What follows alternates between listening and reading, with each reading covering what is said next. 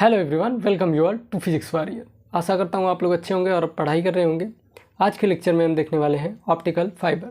Optical fibre देखने से पहले अगर आपने क्रिटिकल एंगल एंड TIR जो कि टोटल इंटरनल रिफ्लेक्शन है, अगर आपने उसे नहीं देखा तो वो आप देख कर आइए ताकि ये लेक्चर आपको अच्छे समझ में आए। फिर भी हम थोड़ा रिकैप कर लेते हैं कि TIR होता क्या है।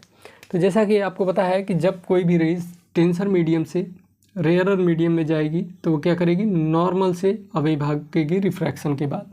मीन्स यहाँ पे आई अगर कोई एंगल बना रहा है तो कुछ एंगल रिफ्रैक्शन का होगा।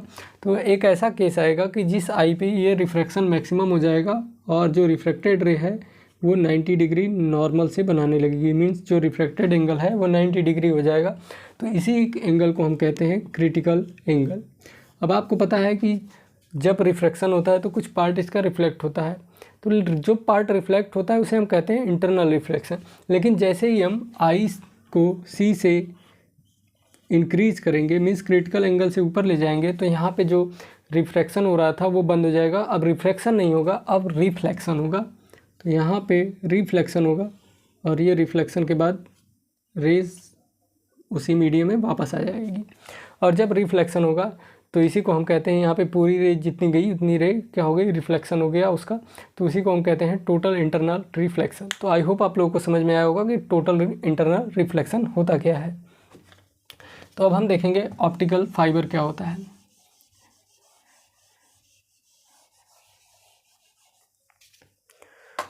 ऑप्टिकल फाइबर का हम बेसिकली यूज़ करते हैं किसी भी सिग्नल को फास्टर ट्रैवल कराने के लिए, एक पॉइंट से दूसरे पॉइंट के लिए।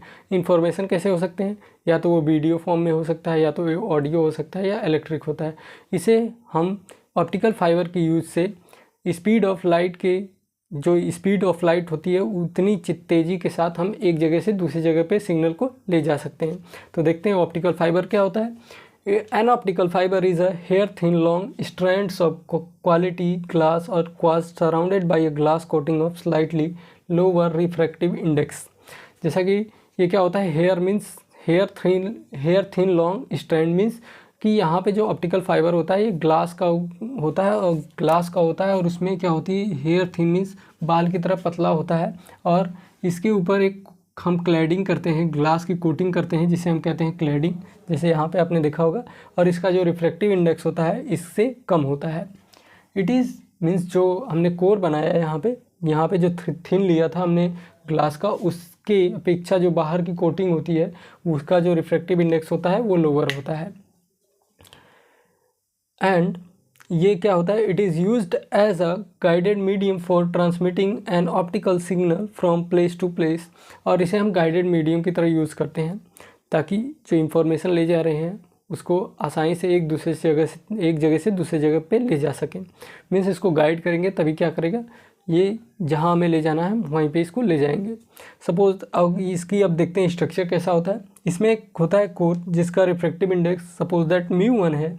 उसके बाद आती है क्लैडिंग जो कि μ2 है, जिसका भी हमने बात किया, ग्लास कोटिंग होती है और क्लैडिंग की। और ये जो μ2 होता है ये μ1 से लेस होता है।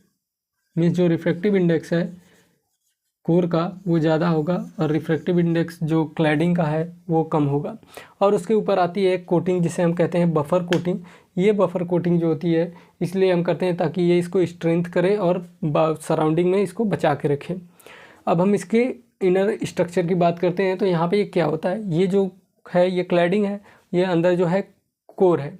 अब कोर में जब हमने सिग्नल सपोज दैट 100% सिग्नल हमने ट्रांसफ़र किया, तो ये जो हम मटेरियल यूज़ करते हैं ऐसा यूज़ करते हैं ताकि इसके अंदर जो भी जाए, जितनी इंसिडेंट एंगल पे जाए वो क्या करे, क्रिटिकल एंगल से ज़्यादा हो। तो क्रिटिकल एंगल से जब ज़्यादा होगा, ये है I और ये है R। अब आपको पता है कि जो कोर का μ1 है वो μ2 से ग्रेटर है। मीन्स क्या हुआ कि ये जो मीडियम है इनसाइड वाला वो डेंसर हो गया, और डेंसर और ये जो बीच का हमने ये मीडियम बनाया ये क्या हो गया, ये रेयरर मीडियम हो गया। जब रेयरर मीडियम हो गया हमारे पास, तो जब ये रेयरर मीडियम हो जाएगा तो आपको पता है कि जब डेंसर से रेयरर मीडियम में लाइट जाती है और जब इंसिडेंट एंगल क्रिटिकल एंगल से ज़्यादा हो जाएगा तो वहाँ पे रिफ्रैक्शन नहीं होगा, रिफ्लेक्शन होगा। तो रिफ्लेक्शन होगा तो रिफ्लेक्शन होने के बाद ये क्या होगी, इस तरह से रेज आएंगी, फिर यहाँ पे आएगा। और ये ऐसा डिज़ाइन किया रहता है कि यहाँ पे जब भी जाए इंसिडेंट एंगल हमेशा क्रिटिकल एंगल से ज़्यादा रहेगा और हमेशा TIR होगा, मीन्स यहाँ पे टोटल इंटरनल रिफ्लेक्शन होगा। और जो हमें लास्ट में मिलेगी इंफॉर्मेशन या सिग्नल वो 100% मिलेगा, मीन्स यहाँ पे लूज़ नहीं होता है। जो हमने इंफॉर्मेशन इसमें शेयर की, जितना हमें इंफॉर्मेशन देना था, यहाँ पे कोई भी लॉस नहीं होता, इसलिए हम ऑप्टिकल फाइबर का यूज़ करते हैं। अब जो μ2 है क्या है, लेस है μ1 से। जब μ1 से लेस है तो वो आपको पता है कि μ1 क्या हो गया, डेंसर मीडियम हो गया, और μ2 रेयरर मीडियम हो गया। जब यहाँ से रे गई तो यहाँ पे जब डेंसर से रेयरर में जाएगी तो क्रिटिकल एंगल से अगर कम रहेगा तभी रिफ्रैक्शन होगा। यहाँ पे ऐसा हम इसको डिज़ाइन करते हैं कि यहाँ पे जो भी इंसिडेंट एंगल जाए, जो भी रे जाए और जो इंसिडेंट एंगल बनाए वो हमेशा क्रिटिकल एंगल से ज़्यादा हो। जब क्रिटिकल एंगल से ज़्यादा होगा तो वहाँ पे रे क्या करेगी, रिफ्लेक्ट करेगी, रिफ्रैक्शन नहीं होगा। और ये क्या होता है, यहाँ पे जो हम यहाँ पे आप नोट डाउन कर लीजिएगा, μ2 इज़ लेस देन μ1, और जो μ1 की वैल्यू होती है वो 1.52 के आसपास हम यूज़ करते हैं, और μ2 की वैल्यू होती है 1.48 के आसपास। और यहाँ पे आप लिख सकते हैं लो रिफ्रैक्टिव इंडेक्स, इसका जो बीच का है लो μ2, और इसका जो कोर का है वो होगा हाई μ1। तो आई होप आप लोगों को यहाँ तक समझ में आया होगा। इसे पॉज करके आप नोट डाउन कर लो, इसके बाद इसका एप्लीकेशन देखते हैं।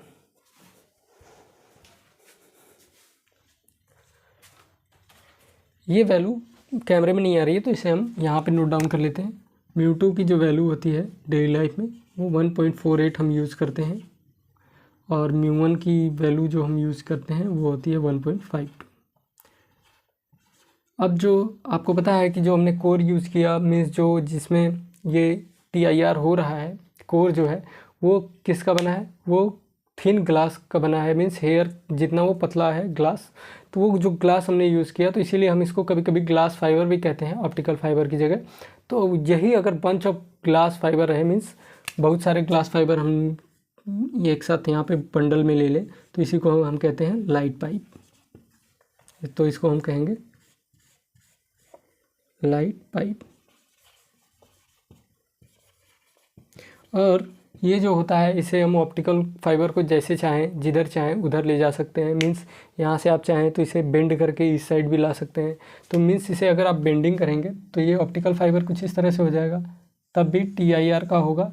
और TIR होने के बाद हमें सिग्नल इस तरह से यहाँ पे TIR होगा, और TIR होने के बाद सिग्नल हमें फिर यहाँ पे मिलेगा, और यहाँ पे सिग्नल लॉस नहीं होता है। तो यहाँ तक पॉज करके आप नोट डाउन कर लो, इसके बाद इसका एप्लीकेशन देखते हैं।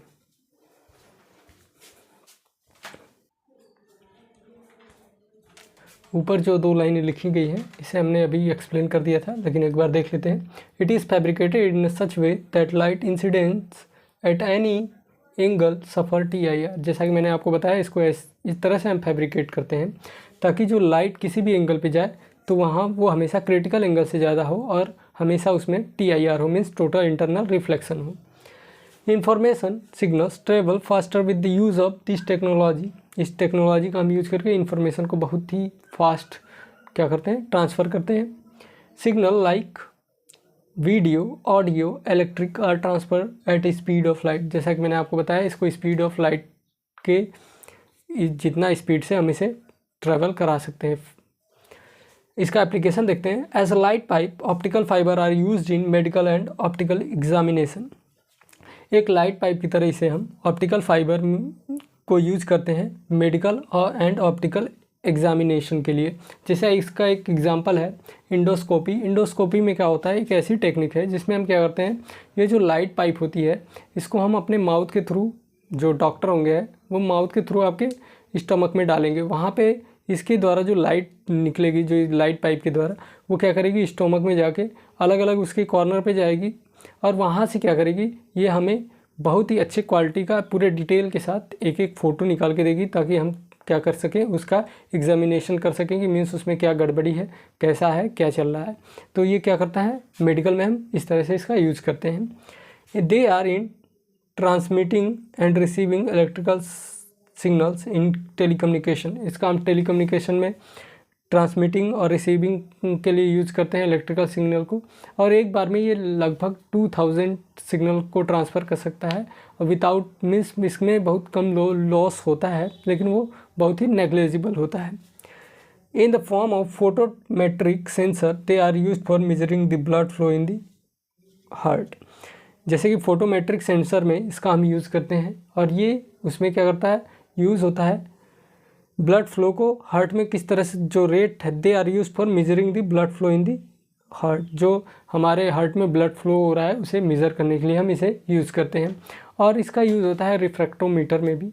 ये क्या करता है, ये यूज़ होता है वहाँ पे रिफ्रैक्टिव इंडेक्स मेज़र करने के लिए लिक्विड का। तो आई होप आप लोगों को समझ में आया होगा आज का लेक्चर और अच्छा लगा होगा। तो जो भी आपकी क्वेरीज है आप कमेंट सेक्शन में कमेंट करिए। मिलते हैं नेक्स्ट लेक्चर में नेक्स्ट टॉपिक के साथ, तब तक पढ़ते रहिए। All the best.